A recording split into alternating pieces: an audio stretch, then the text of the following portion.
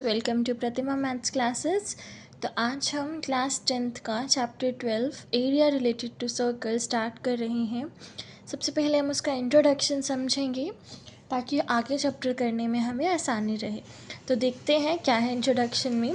तो जैसे कि सर्कल से रिलेटेड हमारा चैप्टर है, तो सर्कल से रिलेटेड जितने भी टर्म्स हैं हम उनके बारे में जानते हैं। तो ये हमारा सर्कल होता है बच्चों। तो इस सर्कल में हमारे पास बहुत सारी चीज़ें आती हैं, जैसे कि रेडियस, डायमीटर, एरिया, सर्कमफ्रेंस, इतनी सारी चीज़ों के बारे में हम पढ़ते हैं पहले। तो रेडियस क्या होती है? जो सर्कल का मिड पॉइंट है, उस मिड पॉइंट को जब सर्कल की एज से जॉइन करते हैं, ये वाली चीज़ सर्कल की क्या है? एज। तो मिड पॉइंट को जब सर्कल की एज से जॉइन किया जाता है तो वो हमारी क्या होती है? रेडियस, जिसको हम डिनोट करते हैं आर से। तो आर हमारी क्या हो गई? ओ ए।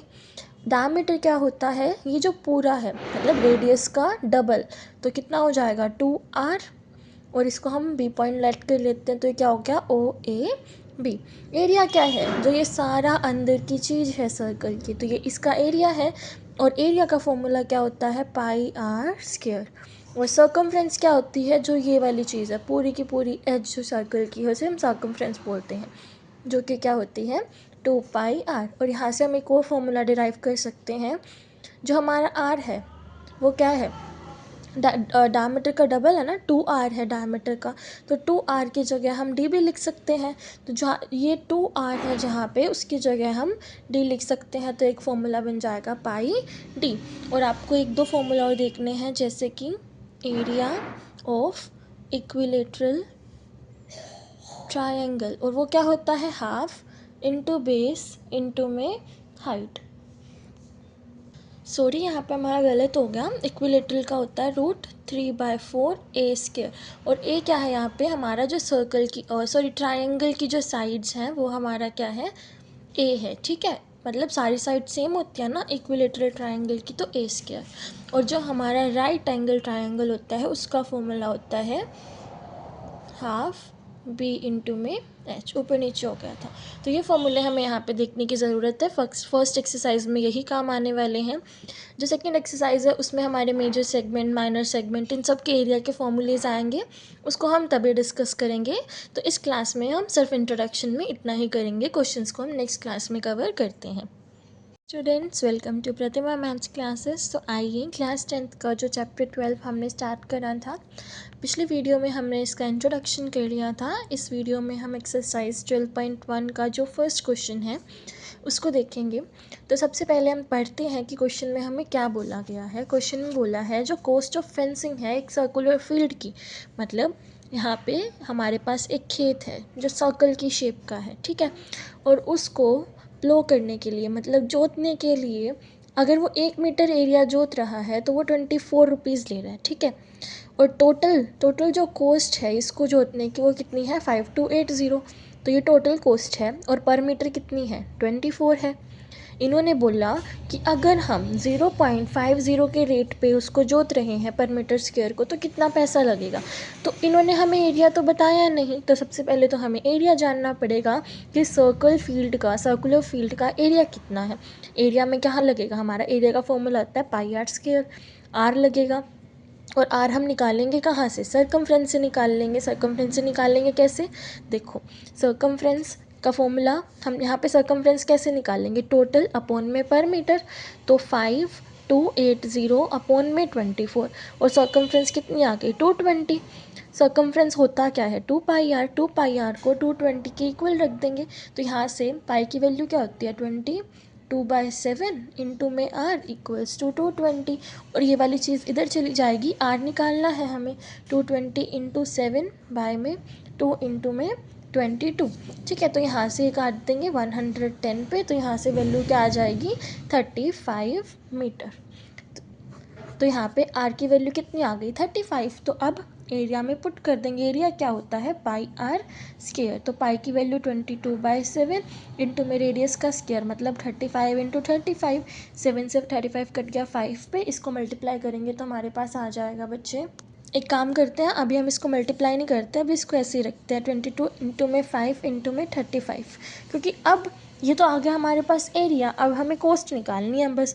कॉस्ट पर मीटर की कितनी थी 0.50, इतने एरिया की निकालनी है तो इतने एरिया से मल्टीप्लाई करनी पड़ेगी। तो इस एरिया से क्या कर देंगे, कॉस्ट को मल्टीप्लाई कर देंगे।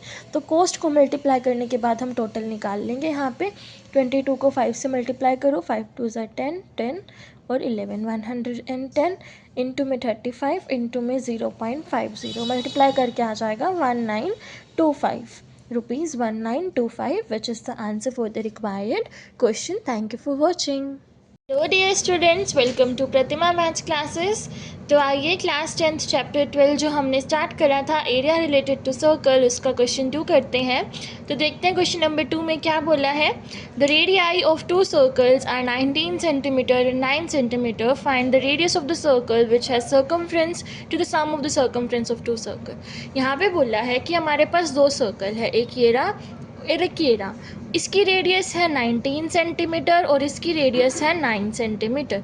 तो अगर इन दोनों की सर्कमफ्रेंस को मैं जोड़ती हूँ तो इनसे हमारा जो तीसरा सर्कल बनेगा, इन दोनों की सर्कमफ्रेंस का सम उस सर्कमफ्रेंस के इक्वल होगा। ठीक है, तो हमें ये जो थर्ड सर्कल है उसकी रेडियस फाइंड आउट करनी है। तो सबसे पहले हम इसकी सर्कमफ्रेंस निकालते हैं फर्स्ट सर्कल की, फिर हम निकाल लेंगे सेकंड सर्कल की, फिर उनको ऐड करेंगे, थर्ड सर्कल के इक्वल आ जाएगा। ठीक है, तो देखते हैं C1 किसके इक्वल आएगा, 2 पाई R1 होएगा। तो 2 पाई R1 की वैल्यू कितनी है 19, 19 2 सा कितना हो जाएगा 38 पाई सेंटीमीटर। तो ये तो आ गया C1। अब हम निकाल लेंगे C2। C2 किसके इक्वल होएगा 2 पाई R2, और R2 की वैल्यू क्या है 9, 9 2 ज़ा 18, 18 पाई सेंटीमीटर। तो C2 आ गया। और C1 और C2 किसके इक्वल है C3, थर्ड वाले सर्कल के इक्वल है।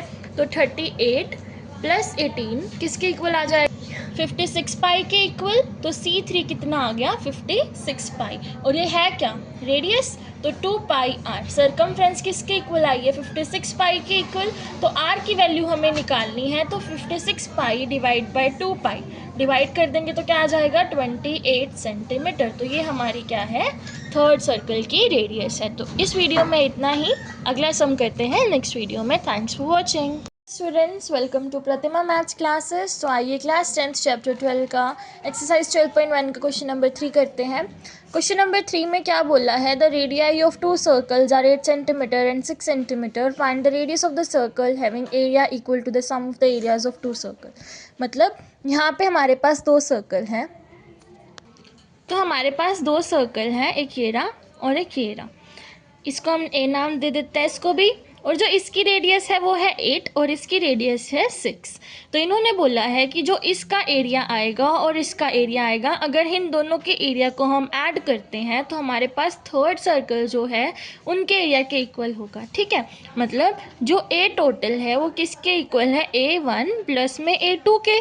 और A1 निकाल लेंगे पहले, फिर हम A2 निकालेंगे। A1 कैसे निकालेंगे, पाई R² एरिया होता है बट रेडियस दोनों की अलग अलग है, तो R1 और R2 लिखेंगे।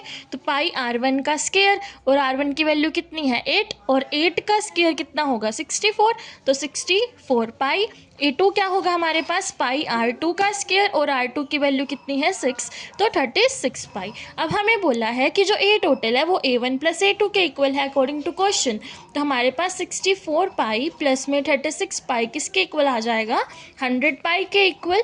अब एरिया किसके इक्वल होता है पाई R², क्योंकि हमें निकालनी तो रेडियस है ना थर्ड सर्कल की, तो उसका रेडियस R3 लिखेंगे हम यहाँ पे। पाई R3² किसके इक्वल आ रहा है 100 पाई के इक्वल आ रहा है। तो ये पाई इधर जाएगा, R3 का square 100 pi divide by pi, pi से पाई कैंसिल हो गया, तो R3 क्या आ गया, ये स्क्वायर इधर जाएगा तो √100 हो गया। √100 क्या होगा 10 सेंटीमीटर हमारा क्या हो जाएगा, इसका आंसर हो जाएगा।